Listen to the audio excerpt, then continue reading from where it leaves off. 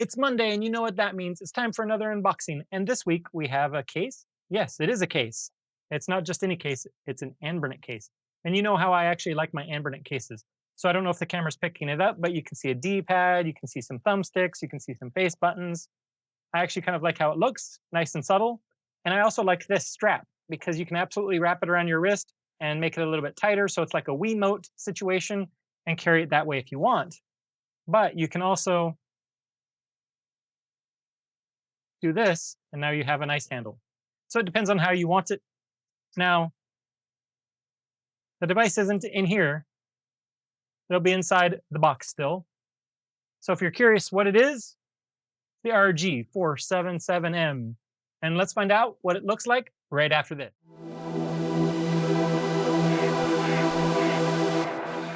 Hey fam, Swati Tuk Konkrat Phoenix here, and it's finally time to get into the RG477M. Now, unfortunately, I haven't grown large enough for Anbernic to send me a review unit before a unit launches, so I got it as quickly as I could. I placed my order within 10 minutes of it going live on their website, and yes, I bought it directly from them on their website because I wanted to support them directly and make sure that they get as much revenue as possible.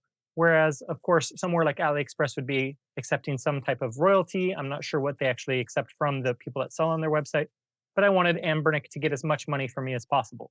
So let's take a look around the box. Nothing basic, nothing. And then we can see here we have silver blade and chocolate bronze. I don't know if you've seen any images, so I'll flash them up on the screen right now. Silver blade and chocolate bronze. Let me know, which one are you a fan of down in the comment section below. I probably would have chosen chocolate bronze if this was my personal device, which it ultimately is, but I have to look at what's great on the camera, and I thought the silver blade with the Skittles buttons would look really great on a camera, so I went with the silver blade. Now, you get two configurations. You get 8 gigabytes of RAM with 128 gigabytes of internal storage, or 12 gigabytes of RAM with 256 gigabytes of internal storage. Now, I know a lot of YouTubers say, there's nothing that you really need that is above the 8 gigabytes, so they recommend the 8 gigabytes, and I can completely understand that. But for me, I want this as a long-term device, and I think about how the PS3 emulation is going to be maturing in the near future, and I imagine that will require more RAM to be caching parts of the game to help it run smoothly. So I would love to try PS3 on it as it matures, and I just want to make sure that I have as much bandwidth as possible from the RAM side of things, because as we discussed on devices, RAM can be a bottleneck. So that said, I wanted to give it the larger option. So let's lift the lid for the first time. And I do give them, it's kind of a cool little box, get the outline of the device with the metallic font there. Let me know what you think of that down in the comments as well. All right, so I guess I'll flip it this way for us to see together. You can already see the Skittles buttons there. So let me lift up our foam protector here. Appreciate that. Okay, beautiful. There's the silver blade in its little bag. So we'll set that off to the side here for a moment. Let's see what else we get. Because this is a premium device by Anbernic, so they give us a premium experience, at least compared to other handhelds in this price range. So what do we get? Well, of course, like almost everything, USB-A to USB-C. We get tempered glass screen protector. We get a manual that you'll probably look at one time, but it's got everything you need, both in simplified Chinese and in English. Quick and easy. I like that it's to the point. Of course, for the tempered glass screen protector, you also get your screen wipes to make sure you can install it properly. And they do actually give you a silicone case to put your device in. That way, if you don't want the feeling of metal, you can always go with the silicone case. And I appreciate we get that flexibility without having to pay extra, since we're already paying a premium for the device. Now, I say metal because this is a heavy boy, and it's a heavy boy because the M in the model number, when Anbernic ends a model number in M, it means that it's metal. So this is a metal handheld. I can already feel the coolness radiating from the device. All right, so there we go. Beautiful. All right, so I can already tell you, D-pad feels good. It's nice and quiet. The face buttons, there's a little bit of click to it, but very minimal. I appreciate how they feel. Nice and relatively quiet. These face buttons are also nice and quiet. These switch style sticks are great, and you can use the additional caps if you buy additional caps, because these will just pop off and will work with any of them. Now, they wanted to keep this as thin as possible, so they have inline shoulder buttons. I would have preferred, instead of having inline shoulder buttons, to have a little bit of a hump, so I could have had stacked shoulder buttons with a nice trigger, but they do feel good, even though they are kind of clicky. And of course, we get our volume up and down and our power button, our exhaust there. There's our intake. Now, I have seen a video on this, and I was curious about these. These are not just glued on. They're actually a plate underneath that helps dissipate the heat, and then these stick out. So it's actually part of the inner case. So these aren't going to be coming off or peeling off or anything like that, which is pretty great. On this side, we have USB-C, 3.5 millimeter, and we also have a micro SD card slot with downward firing speakers. Of course, again, it would have been better if the speakers were up here, maybe move these buttons up here or in between, something, but alas, downward firing, which still should sound good because the cavity should be good and wide. Has a nice curvature to it. Makes it feel good in the hand. Now, this is running Android, so it's like the RG slide, which, speaking of the RG slide, my friend here, the RG slide, this is the same screen. It's just, you can't really tell on this, but the RG slide, there is quite a bit of a bezel around the screen, whereas this has metal all the way to the end of the screen. You can see my RGB lighting. So it's asking me to choose my language. It looks like you only get 2 languages to choose from. Next. Set up Wi-Fi. Sure, I'll do that. Give me just one moment. Okay, perfect. I am connected to my Wi-Fi, and good news is that it is 2.4G and 5G Wi-Fi. So glad we get the 5 gigahertz band of Wi-Fi. Next. Time and date settings. Sure. Automatic. Beautiful. Happy to let you do that. Let's change that. Make sure it's 12-hour clock. Let me know, are you a 12-hour clock person or a 24-hour clock? I've always preferred that. So we'll go ahead and go with that. Next. And then it's loading my configuration. I really love how the Skittle buttons look, personally. I'm a big fan. So even if I'd gotten the bronze one, I would have tried reaching out to Anbernic to ask them if I could get the Skittles buttons to install myself, because I think they just look really great, but that's my personal preference. We have an Anbernic button, a home/back button. We have start, or select and start, of course. Just back around it. Just looks really good. It's got some Torx screws. And in the video I saw, that's all you needed to do was unscrew those 4 Torx screws and you could take off the back. Say this D-pad feels really nice. I love the membrane buttons that Anbernic uses. You know me, I'm not a clicky clacky button kind of guy, so this is great, especially after my last review, the Portable Game Player 5. This is a breath of fresh air. I like that the RGB isn't just, let me just see if I can take this off. I love that the RGB is all around it. That gives it more premium RGB feel, I guess you could say. Now the question is, can I do this on camera? And that's always a good question. I can't answer. Let's see here. There we go.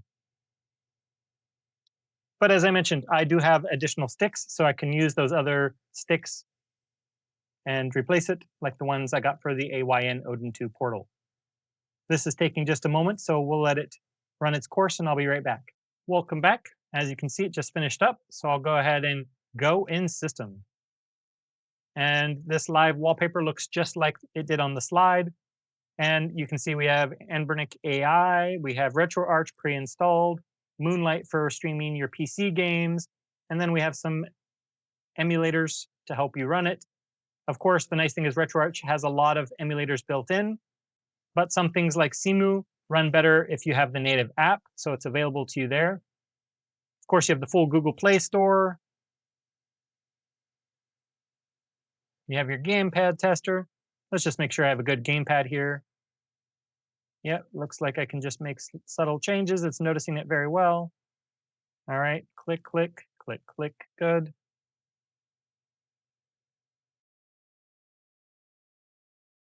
Select, boom. Oh, okay. Now it says ZC, I saw that, and I am curious, what does it mean by CZ?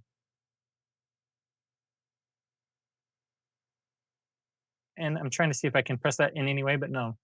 It's interesting that they show it like it's an analog, but it's not an analog. All I can get is a digital input. But what is this CZ or CZ, depending on your philosophical bent? I don't know what they would be configuring there, but that's okay. So because it is Android, we have over-the-air updates, we have the calculator, and I was curious, so I looked it up. And this has a 4.7-inch screen that is 4:3 aspect ratio. They also have the RG557, which is a 16:9 screen that is 5.5 inches. So I was curious, what is bigger when you're playing 4:3 content? Because 4:3 content is basically PS2 and below. So the vast majority of retro games you'll be playing. And the 5.5-inch screens would have a 4.5-inch screen if you shrink it down to be 4:3 versus PS2 and below for this will be filling up the full 4.7-inch screen. So if you're playing PS2 and below, this is where you'll get the best bang for your buck as far as screen size goes. And of course, OLED gives you pure blacks, but again, this is one of the best IPS screens I've ever seen. Because as you can see now, there is a bezel slightly around the screen, but it is such a good IPS display that I could not even see the bezel when the screen was off. So that tells you how good this screen is. Versus the device I just had, you can see a gray tone to the screen even when it's off because it was an older TFT display. So again, I really appreciate that. I think that this device feels really great in the hand. It's not light by any means. This is one of the heavier devices I've ever used, especially at this size range. Yes, the AYN Odin 2 Portal and yes, the ROG Ally X are heavier, but they are also 2 to 3 times bigger than this, probably closer to 3 times bigger than this. But for retro gaming, I'm feeling that this will be really great. Again, primary focus being retro, really, you rarely use these unless you're playing PlayStation button games or GameCube type games. So all in all, not too bad there. Let's see, do we get a... No, we don't get that. Might be in the menus. Let's take a look here. You're going to jump through the menus with me for the first time. First, let's see, is there a dark mode? I'm a big fan of dark mode. I don't know if you've noticed from looking at my blog, but there we go. Dark mode is great. Now that's not, of course, black for the screen even. That's just gray, but you can usually change that. All right, and then let's see, drawer. Display apps, no.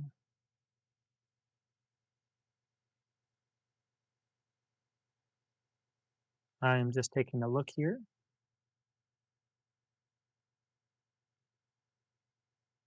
So as we look at default apps, you can see we have Chrome, but of course that means you can change it to any other browser. If you're an Edge guy or another browser like Firefox, you can set that here. And if you want to use Emulation Station Desktop Edition or anything else as your primary launcher, you can set that here as your home app. So I appreciate that we get that.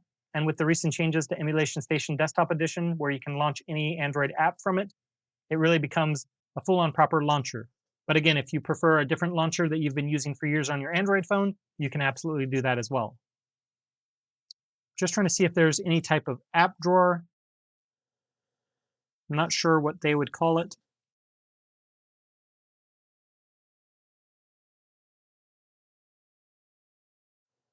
Some devices call it something different.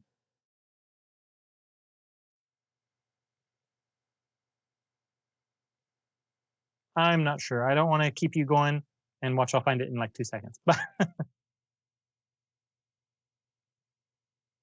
I love that it's proper Android. It makes it all that much easier for us. You can get notification bubbles, password manager, all of that good stuff. Swipe to invoke assistant. There you go. Hold home for assistant. There you go.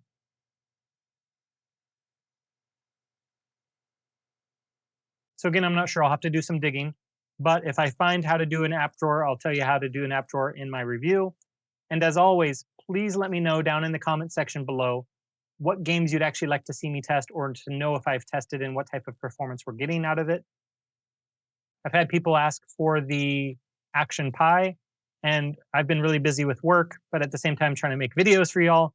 And it makes it hard whenever I have to try to going back to an old device, but I will be going back to that to verify how well the games that they asked for work. It's just easier if I can at least tell you during my review. So please don't hesitate. Let me know over the next week what you would like to see, and I'll do my best to get those out to you and tested as soon as possible. And if I think they're fun, maybe it's a game I've never heard of, I'll be happy to even show it as a part of a showcase. But it all depends on you. Remember, these videos are for you.